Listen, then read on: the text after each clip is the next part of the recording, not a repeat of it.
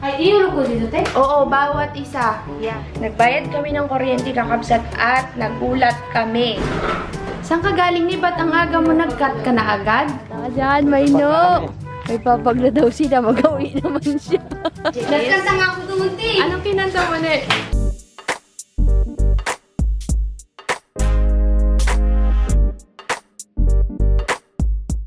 Good morning kakabsat! First day ngayon ng mga estudyante sa pagbabalik eskwela. Ang ating estudyante, medyo late po nagising.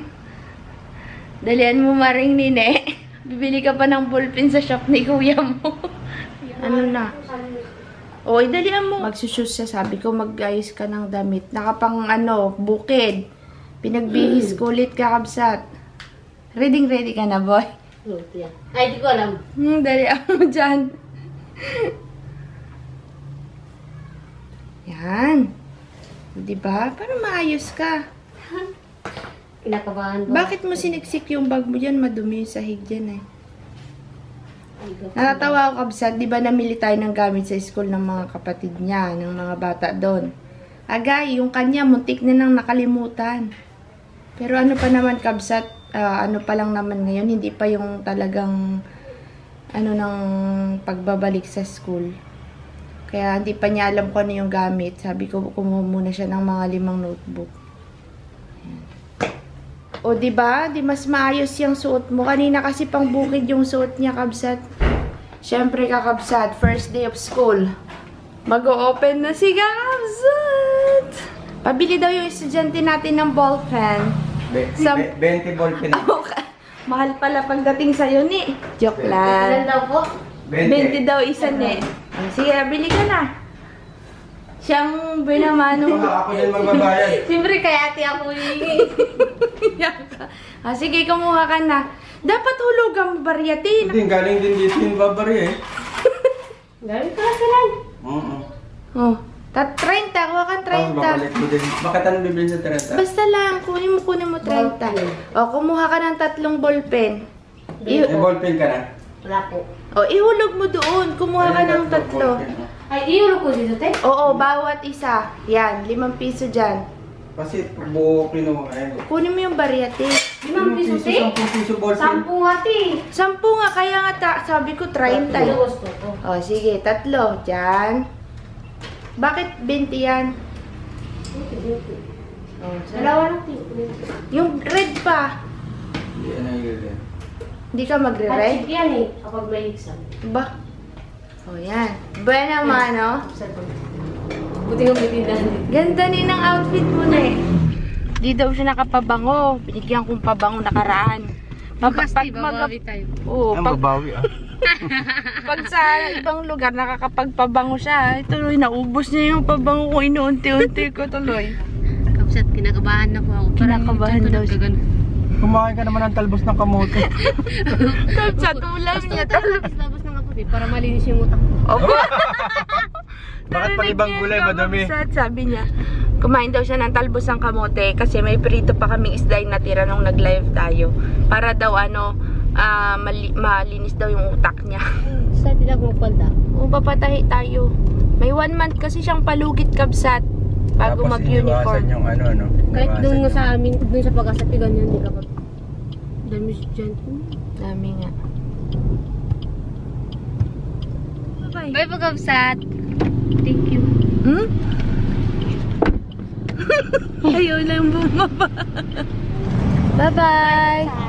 Ingat, see you mamaya. Uy, nahiya daw siya. Bayad tayo ng kuryente.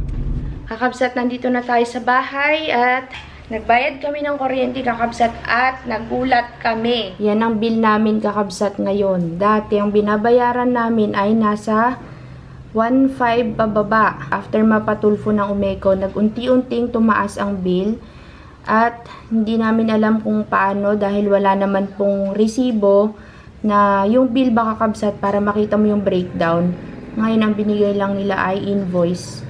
Nakakagulat, kabsat, alam nyo naman, di ba, wala kami palagi sa bahay. Tapos yung mga ilaw pa namin, solar. Yung aircon naman na nasa shop, hindi ginagamit kasi nga, hindi pa nag-ooperate. Paano pa kaya kapag ginamit na natin, kakabsat? Yung ref naman, inverter. nakakapagtaka lang talaga, kakabsat. Hindi lang po kami ang nagre-reklamo, kakabsat, marami. Kasi, lalo na yung mga malalaki ang business, paano pa kaya sila? Sana maibalik yung dating normal na billing namin sa kuryente kasi hindi talaga ito makatarungan, kakabsat, kumpara sa ibang bayan, sa ibang lugar. Kasi ito, yung bill na to, as in marami ka nang magagamit dito, kakabsat eh. Di pa nila ginawang 5K, 4,963. Nagbutal pa sila. At magbigay po kayo ng bill, Umeko, para makita yung breakdown. Huwag lang invoice yung ibigay ninyo po. Ano po? Yan. Baka magalit na naman po kayo sa amin na mga nagre-reklamo, ay ito po ay matindi na talaga. Kasi kakabsat, alam mo yung magtitipid ka para makasave ka, para magamit sa ibang gastusin, yung natitipid. Kaso lang, parang lalo pa yatang tumataas yung bill. Ayan. Sana may magpa-Rafi Tulfo ulit. Nananawagan po kami, Sir Rafi Tulfo. Dahil sa nakaka-stress ito, kakabsat, na i-share ko sa inyo dito sa vlog natin.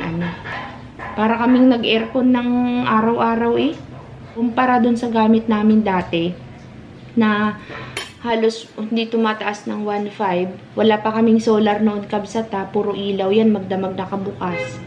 Tapos, yung electric fan, halos maghapon magdamag nakabukas dahil nandito tayo sa bahay lagi. Pero ngayon, lagi naman tayong wala sa bahay. Alam niyo yan, kabsat, di ba? Lagi tayo sa labas. Ganun pa rin at lalong tumaas. Ayan. Huwag ka nang mag-aircon lalo, de. Baka yung kikitain mo sa shop, dyan na lang mapunta pambayad ng aircon. Pamaypay. Pamaypay ka na lang. Sabi ni Kakabsot, mag-open pa naman kami ngayon, di ba? Mamaya, mga 9. Parang ayoko na buksan. Parang ayaw niya nang buksan. Tapos yung ilaw pa namin doon, Kakabsat, LED. Tapos may solar pa, para nga syempre makatipid. Solar sa labas, solar dito sa loob, solar sa kusina, solar pa rin doon sa sa shop niya, wala. Hindi pa rin nakabawas sa kuryente. Kaya sabi ko kay Kakabsot, pinag-aanuhan namin, mag-solar na lang kami na, ano yung ganun tawag doon, de? Yung lahat magagamit mo. Mas makakatipid. Na-share ko lang, Kakabsat, yung sama ng loob ko. Kasi halos 1 taon na po itong ganito. Pataas ang pataas. Natatakot na ako next month. Dahil nga mag-open ng shop si Kakabsot. Baka hindi lang 5K ang bill. Huwag naman po sana. Sana may maraming bumili ng ballpen na. Sana na maraming bumili. Si dati na Rafi Tulfo na laging patay sindi. Ngayon nga patay sindi pa rin naman, Kakabsat. Kasi matagal na pong nirereklamo ito. Ayusin daw, ibabalik daw yung dating normal na billing sa kuryente. Pero hanggang ngayon, Kakabsat, walang pagbabago at lalong tumataas. Tanchararan! Kamusta ka naman dyan, bossing? Maraming tao. Bakit ka nag-open ng shop? Ayan yung ilaw namin. De, yung alaga natin. Nandiyan na daw, pauwi na. Kaya nga eh. Sabi ko sa may... mo, maraming tao. Sa may waiting shed, baba ka ko. Dito, nakabukas ka ko ang shop, hindi makasundo sa kuya. mababasa mo na yung sila. Sulat. Ayan po yung labas namin, Kakabsat. Hindi ko na tinanggal yung harang kasi nga baka biglang umulan. Sasarado na. Kaya nga eh. Ay, okay lang yan. Huwag mo na talagang tatanggalin yan. Yung sinasabi ko, huwag mo nang tatanggalin. Okay lang yan dyan. Hindi naman yan sa gabal. Nababasa pa rin naman yung mo eh. Andyan na ah. Ba't ang aga mo, Mare? Pasok po. Sige, tulak mo. O, tulak mo. Saan ka galing ni? Ba't ang aga mo nag-cut ka na agad? Ha? Nag-cutting classes ka na agad? Saan ka galing? Sige, para doon ka na. Saan ka galing, Ne? Bakit ang aga mo, Ne? Panghapon lang po ako. Panghapon ka? Aro. Ano oras pasok mo? Hindi. Lahat ng school, dinalak ko. Kasi hindi ko alam yung room ko. Hinanap mo. yung section mo. Tapos anong sabi sa'yo? Sabi daw sa akin, panghapon daw kami. Anong oras kayo sa hapon? Mga alas mo si Dono. Hinanap ko, Kakabsat, yung room ko. Busy pa Yan sila. pala yung room ko. Dinadaanan mo na yan. Hindi ka kasi Tapos nagkatanong. pumunta ako dun sa office, sabi niya, pinaya sa akin yung pangalan ng room ko. Chinik nila. Tapos hinanap ko, binisuran ko, nandun lang pala. Kasi di ba may nilinis po ako? Hindi doon yung... Sabi ko sa'yo hindi pa yun nag-aalis. Ayusin pa yan. Ayusin pa yung school. May kaklase kang Mamaya. Hindi ko po alam. Wala kang nakitang kahit Wala. mga kakaparehas mo ng Baka mamaya pa. senior Baka high? mamaya. Delis ka ulit. Magkano pa masahe? 15. 15? Ayos lang yan. Ito, naglilinis po siya kakabsat. Napakasipag ng aking may bahay. At nililinisan ng aking shop. Sa wakas. Kita dito. At siya muna daw ang aking merchandiser. Siya mag-aayos ng mga display. Yan. Sila po mag-aayos ng mga paninda. Kasi naman kasi pati sisi ng sasakyan. Nandito ka? Yan, gusto mo ilabas mo na yung keyboard. May mga boxes naman yan eh. Kaya lang, hindi makikita. Dami yan. Tiba-tiba si Nini, ano? May mga pad paper. Siguro ito yung pamilya mo. Ito ka pipili sa shop ha.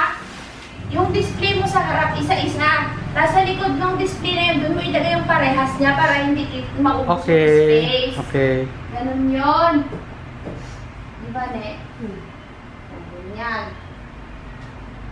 Ano to? Pag may pumili kayo, magtitinda ha. Mga resibo ko yan. Yan, power supply. Ano yun?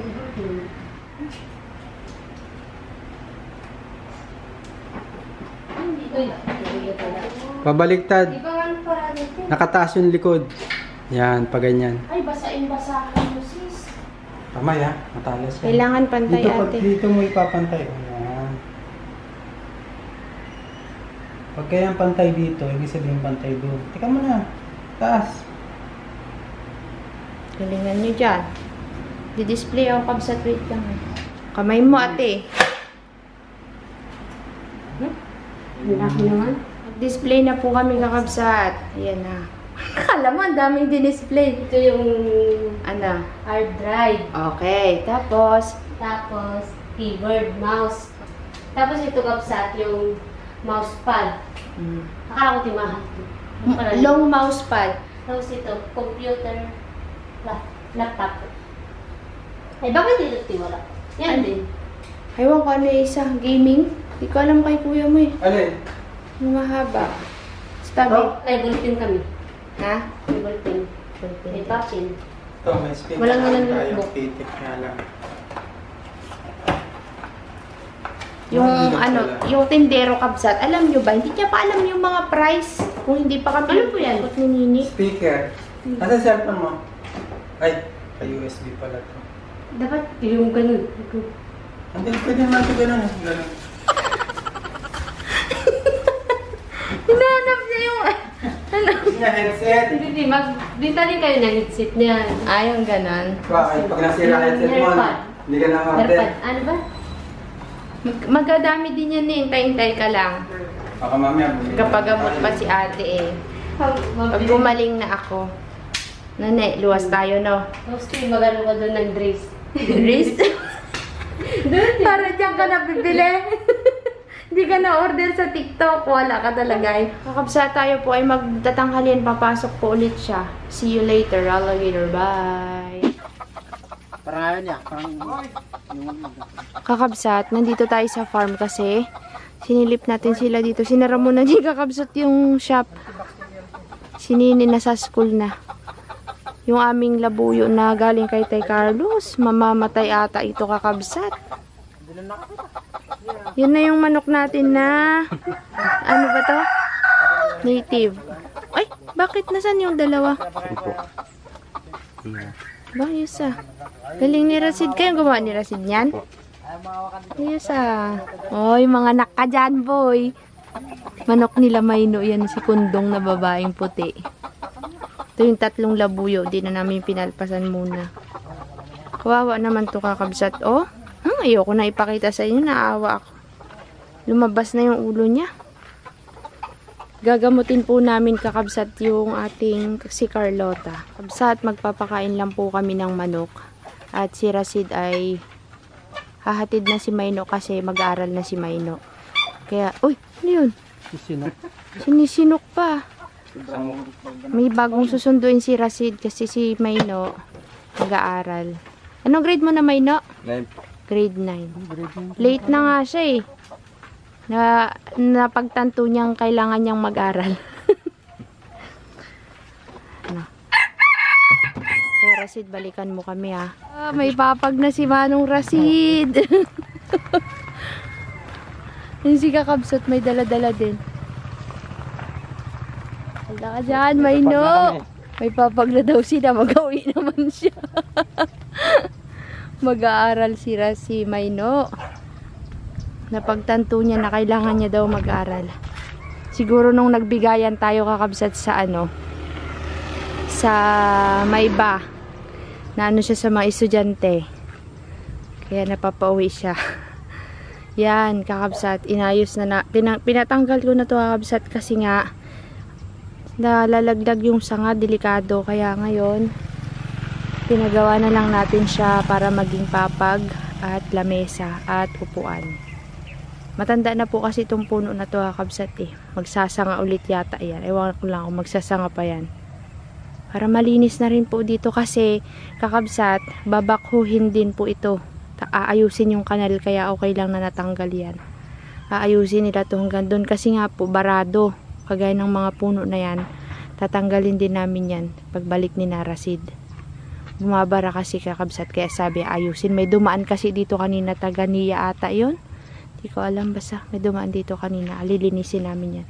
Kaya sabi niya ay buti tinanggal na to kasi nga ayusin daw ito. Bubungkalin, babakuhin. Yan. At least Kabsat, mayroon na tayong pangpapag. Ganda ng 2x2 oh. Sabi ni nanay, bawal daw gamitin sa bahay ang bangkal. Pero sabi naman ni kuya, kasabihan lang siguro yun. Hindi naman na siguro yan uso ngayon. Sabi niya, kaya yan. Ang 2x2 natin. Masayang masaya po si Rasid. Okay. Ibang kapapag na daw siya. New house, new papag. Papasok din natin. Oo, papasok din yan. Meron tayong kahoy. May kusot pa oh. Pang-aano ko Kabsat sa pananim. Kadami pa nga dun eh. Bigyan ka. Dito. Ganito kami. Kwarto niya. Isisiksik mo talaga hanggang doon. Tuluan ka. Hindi. Ano lang. O, sige. O, sukatin nyo to. Kung ilan ang haba nito. Yan na yun. Ano dapat mo, boy?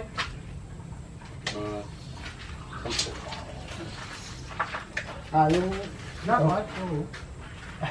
Uy, maliit yan. Sakto lang. Saan ang lapad nyo ng higaan? Isang ganyan lang? Ilan? Isang ganyan lang higaan mo? Yung isang dalawa. Double deck gagawin nyo? Di ba sinasabi ko sa'yo? Haggardness ng person. Hindi na ako nakapag-end ng vlog natin kanina sa farm kasi nagmamadali po kami si Nina, hindi sumasagot. Naka-off ang kanyang cellphone. Hindi namin alam kung uwian na nila kasi uwian na ng mga estudyante. Daanan sana natin. Patay ang cellphone or walang signal. Tignan natin Kakabsat kung nandito. Baka naghahintay. Naghihintay pala. May mga Kabsat tayong nagtatanong bakit daw yung salita natin mayroong naghan, baga, maga. Yun po kasi yung kinalakihan naming salita dito. Kumbaga parang punto natin yun. Kagaya sa ibang mga lugar, may mga punto sila na kagaya ng alae.